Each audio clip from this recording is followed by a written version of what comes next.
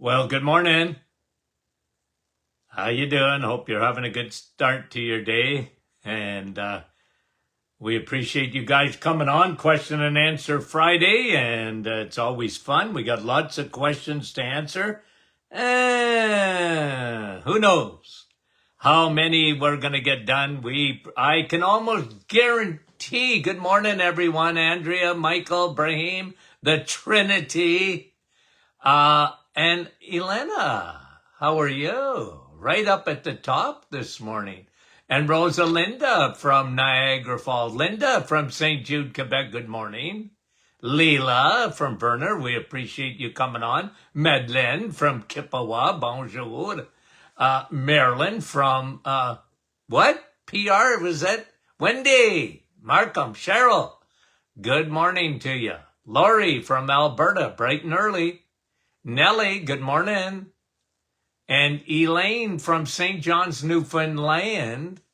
And Susan, how are you? Jeanette, bonjour. Joanne from Berks Falls, good morning. Carol from Moncton, New Brunswick. Marina, Newfoundland. Shirley, Newfoundland. Caroline, oh, I could sing. Kathy, good morning. Nativity, how are you? And Danny, good morning to you. Arlene, good morning.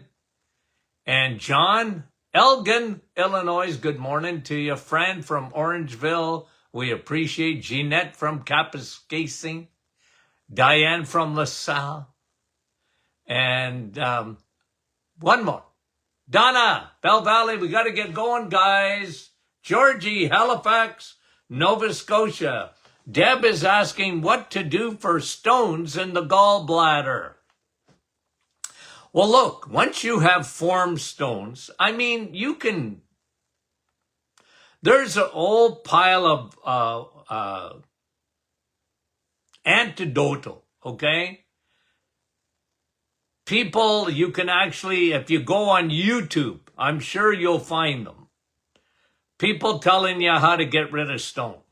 Now, look, always take that with a grain of salt, because if it worked every time, it would be famous, okay? Now, I know the old olive oil trick. I know olive oil and lemon, and I've heard it all, guys, over the years. I was in practice for almost 50.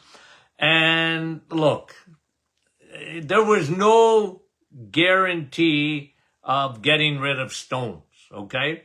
Here's what I recommended in my practice, okay? Here's what I recommended, okay? Remember now, you form gallstones for two reasons. One, you didn't use your gallbladder.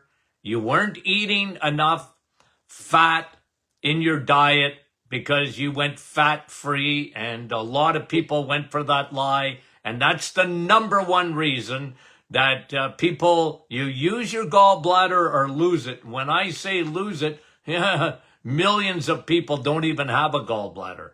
But when you form stones, look, stones can be dangerous because if they get caught up in a duct, especially to your pancreas, can be very, very serious, okay? So I always wanted people to get medical attention with gallstones. And if some physicians said, well, let's wait it out, then I would put them on my protocol. And one of the things I found effective over the years is getting people to not eat, especially at night. It really helps if, one, you give your body a real rest at night, not eating. Like anytime after 5 o'clock, 6 p.m. at the latest, don't eat at night before going to bed. And then I would even get those people to do some intermittent fasting, meaning they would go, if they could, almost all morning without eating, okay? That just gives the body time to dissolve a gallstone. I found it over the years to be effective, okay? The other thing that I did was I got them to slowly introduce, because they got to be careful, but slowly introduce fat in their diet. Not a lot of it, but slowly introduce either a full fat yogurt and start eating some red meat with fat, but not overdoing it.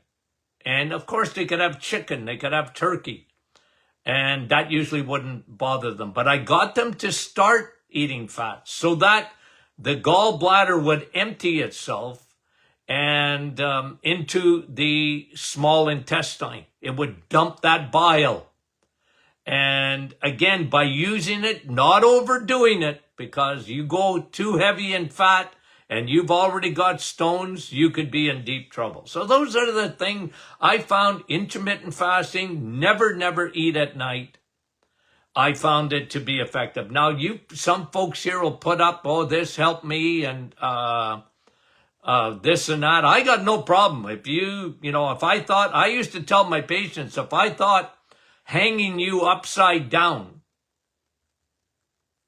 from my office, from the roof, would help, I'll go hold your feet. Okay? Because people say, well, this cured my gallstones. Well, good for you. And I've read it all, and I've looked at all of it. And like I say, it ain't foolproof, believe you me. But if you want to try it, I got nothing against trying stuff. Okay? I just found over the years, this is what I got the best results by doing. Okay? The best results. I used to even have a technique in my office my dad taught me on milking the gallbladder, like manipulation, putting some cream or gel or rubbing around the gallbladder area and then milking it. Okay, my dad taught me that, and sometimes very effective. I'm just thinking about that now. I used to do that treatment. My dad showed me that. Okay, what to do for stones in the gallbladder? That was Deb. Okay, Sherry is asking a question. There are so many kinds of magnesium. How do you know which one to take? Well, good question, Sherry. There are a lot of magnesiums on the market.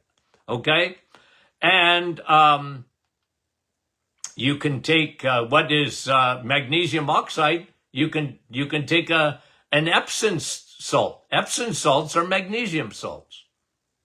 Take a bath. That's a good magnesium. Over the years, here's me. Okay?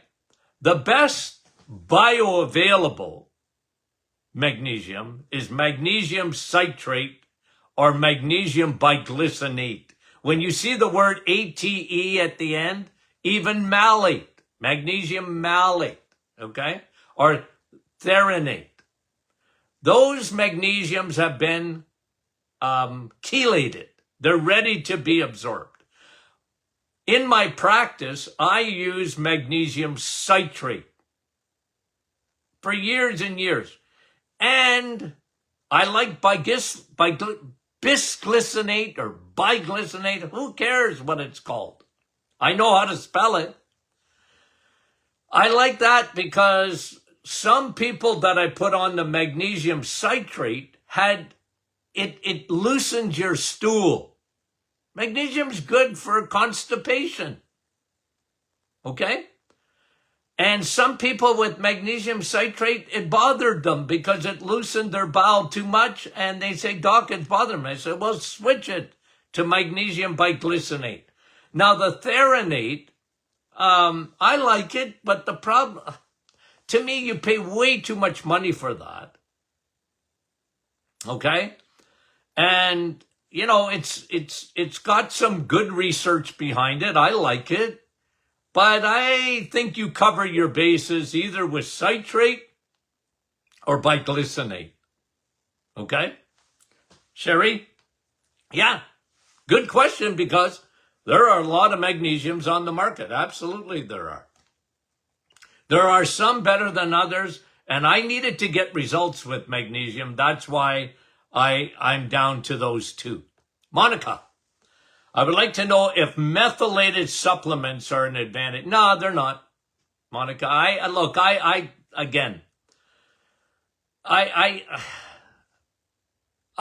gone through this so many times with different things. Over the last, I don't know, maybe a year, I'm hearing about methylated supplements. And they're the best thing since sliced bread, and no other supplements work. Well, again, you know what? Every week, especially when I was in practice, I'd have something come across my desk, and a patient would come in and say, Doc, this is the greatest discovery ever in natural medicine. And I said, oh yeah? Yeah. It's the greatest. And, I mean it. From melatonin, okay, to, what else was there? I mean, it was usually once a week, I would get something on my desk and they'd say, well, this is the greatest thing. And I had a radio show, so they wanted me to promote it. And I said, well, okay, I mean, I'm not saying it doesn't work, but let me look at all the research and let me, like clinically, does it really work? I got to know if it works on patients, real people. Methylated, nah. Like, I know it's a term, you go Google it, and people, oh, that's the greatest thing since sliced bread. No, it's not. No, it's not. Like, I'm not saying they're no good. I'm just telling you, when they tell you everything else is no good and only use methylated supplement, I don't buy that. Well, as a matter of fact, I know I 100% don't buy it. 100% don't buy it. Because I use supplements, I had to get results. If I had to lower your blood pressure, I had to get results. If you had inflammation, I had to get results. If you had estrogen dominance, I had to get results. I had to be able to show you in a lab that those things got better. I had to show people. Otherwise, what did I come and wait 6 months, Dr. Martin, to see you, and then you don't do nothing for me? Like, what kind of a doctor is that? Anyway. Good questions. I like those questions. I want to be challenged. Ask. Okay. Caroline, why is there a push to get mammograms if estrogen levels drop as we get older? Well, mammograms is not to look at estrogen. Mammograms don't look at estrogen. Mammograms, Caroline, are there to look for tumors in breast tissue. That's what they use mammograms for. They want to see if there's any cysts or anything growing. They don't look at estrogen. It's not an estrogen test. But women get breast cancer, and in my opinion, they never get it unless they're dominant in estrogen. And they never get breast cancer unless they're low in vitamin D. And they never get breast cancer unless they have generally high insulin. The growth hormones for cancer are insulin and estrogen. And generally people, women that get breast cancer, men who get prostate cancer are very low in vitamin D, almost invariably. It's not 100%, but it's close. But yeah, mammograms, there's a lot of radiation in a mammogram, okay? And you won't get me to tell anyone not to get a mammogram. I won't do it, okay? I won't do it.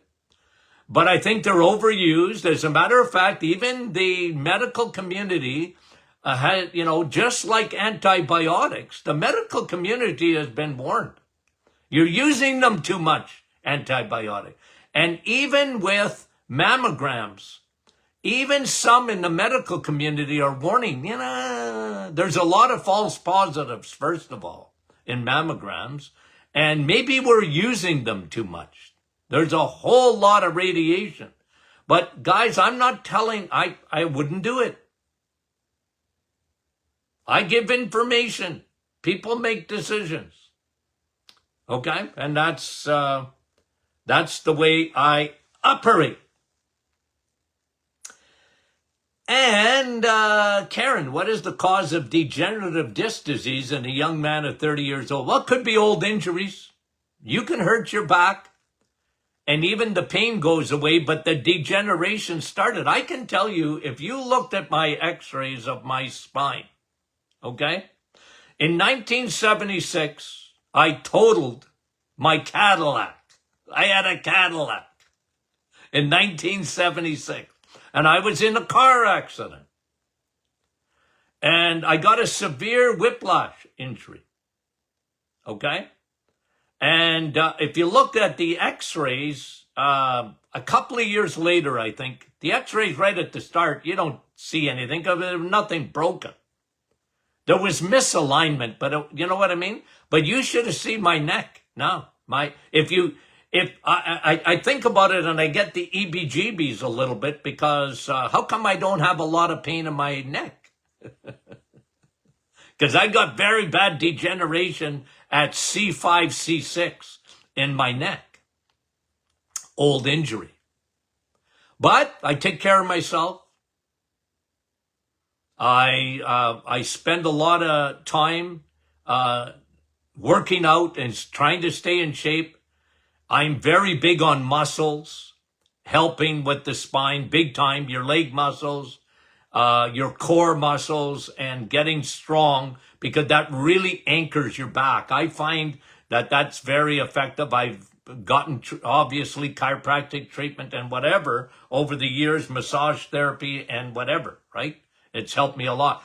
If you saw an x-ray of my L4, L5, okay? I hurt my back years ago. See? I'm going to say 40 years ago. Hurt my low back.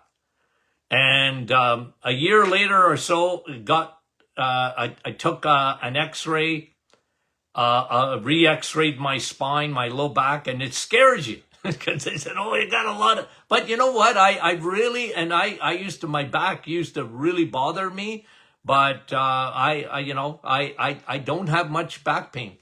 Thank the Lord. I don't have a lot of neck pain and I don't have a lot of low back pain, but I've had, over the years, recurring issues with it. Degeneration usually comes after it. Now you can get a degenerative arthritis, where just, you get, with no injury, you can have some degeneration in the spine, okay? And that can be sometimes posture. It can be a lot of things. But usually it's old injuries and the x-rays only show up at a later date, okay? Very, very good question, Karen. Okay, now. Susan is asking, can you talk about allergy developing to antibiotics and why? Well, they're medications. Antibiotics disrupt your microbiome. And by the way, antibiotics it's very common to develop allergies to an antibiotic. Very common. Your body flags it. And it says, hey, what are you doing in here? And you get what we call a cytokine storm. And your body reacts and you can get hives and you can get all sorts of reaction. Not uncommon, by the way. Antibiotics are probably the worst, but there's a lot of medications that would give you side effects to that. And your body just saying, hey, you're giving me something foreign and I don't like it. And and then it overreacts to it. It's a little bit of autoimmune to some extent. The body turns on itself. Okay? And that has to do, by the way, with leaky gut. And antibiotics, why they're one of the worst is because it disrupts the microbiome. And then we talked about this week what antibiotics do even to the lining and the border between your blood and your gut. We talked about that earlier this week. So yeah, it's not uncommon.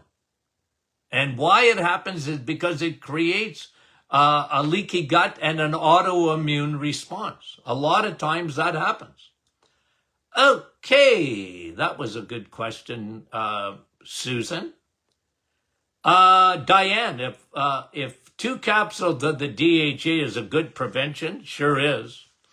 How much to, no, if 2 capsules is a good preventative amount to take to help if I don't have cancer, yeah, two capsules of DHA.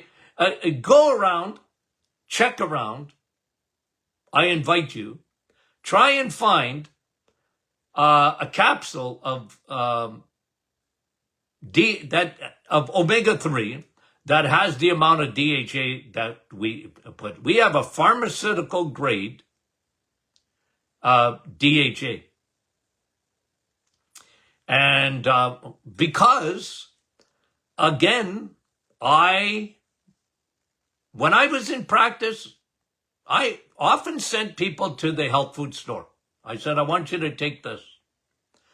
But if I didn't get results that way, you know what happened? I started getting into making my own and having Tony Jr. and I put our heads together years and years ago. Okay? And we started developing our own formulas. I said, I got to get people to get, we just can't get and I'm a big guy on omega-3. I have been for 50 years. But I want an omega-3 that'll lower inflammation. I want an omega-3 that helps the eyes, dry eyes. I wanted an omega-3, and the high DHA is unbelievable. 2 capsules, you're getting almost 2,000, almost 3,000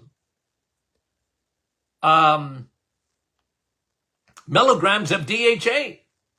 Unheard of. But DHA is the key omega-3. It's the Cadillac. You know how we used to say that? Now I don't know what you would say, the Maserati? But when I used to use an expression, it's the Cadillac of all supplements. And DHA is unbelievable, guys. And I've proven it. I've proven it to people. I showed them how to get even their triglycerides down with DHA. But I've shown optometrists, I've shown ophthalmologists that would listen. Listen, you want to give something natural to a patient for dry eyes, for diabetic retinopathy, for glaucoma, for you name it in the eyeballs, high DHA, and then I'd combine it with Navital, pine bark extract. And I'm telling you, unbelievable.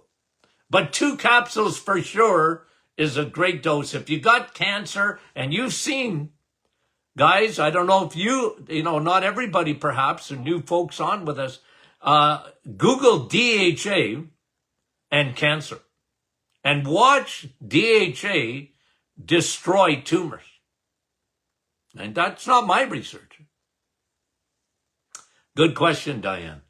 Okay, just a couple of more, guys. I've got a short program today, and we'll finish up everything on Monday because I've got a meeting today with doctors for my daughter, okay? Now, okay, wait a minute now. Linda, my guy appears to be healthy. Okay. He has a breakout of sweat after eating a large amount of sugary foods. What's causing this? Well, I wish we all had that. Linda, I wish we all had. We'd break out in a sweat and we have a red light on our head going off and a siren going off after we eat a lot of sugary foods. Wouldn't that be nice? Then maybe we would stop eating all those heavy sugary foods. I get a kick out of it, Linda. But here's what's really happening. The blood sugar is going to an extreme high. Okay?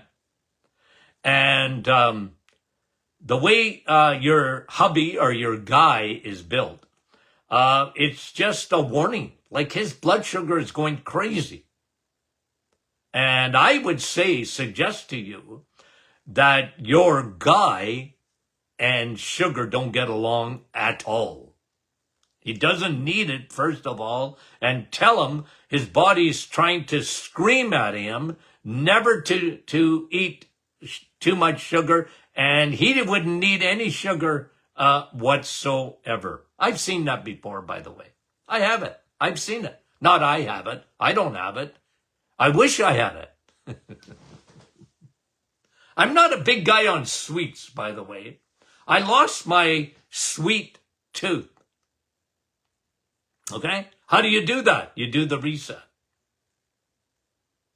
You got to get rid of your sweet tooth.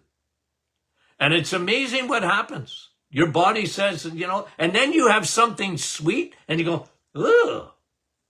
I didn't know that was that sweet, because your body is now sensitive to it. But it doesn't happen overnight. Okay? I probably told you the story, and I'll end with this today. You know what? I have never had a chocolate bar or a soda since I was 18 years old. I watched my dad, who was a diabetic, and he wouldn't eat chocolate bars and he wouldn't have any more sugar. And I watched him. And I said, you know what? I'm going to do that. I lost 40 pounds when I was in grade 12. Yeah, between grade 12 and grade 13. I just stopped eating sugar. And you know what? You put sugar in my coffee, I won't drink it. I think if I was on an island alone and I never had a cup of coffee and someone brought me a coffee and it had sugar in it, I wouldn't drink it. I've lost that. I don't like it. I like my coffee black. It's an acquired taste. Get rid of the sugar habit. Okay, guys, I got to go. It was short, but I promise you we'll finish up all the questions Monday and maybe Tuesday. Okay, we love you guys. We'll talk to you soon.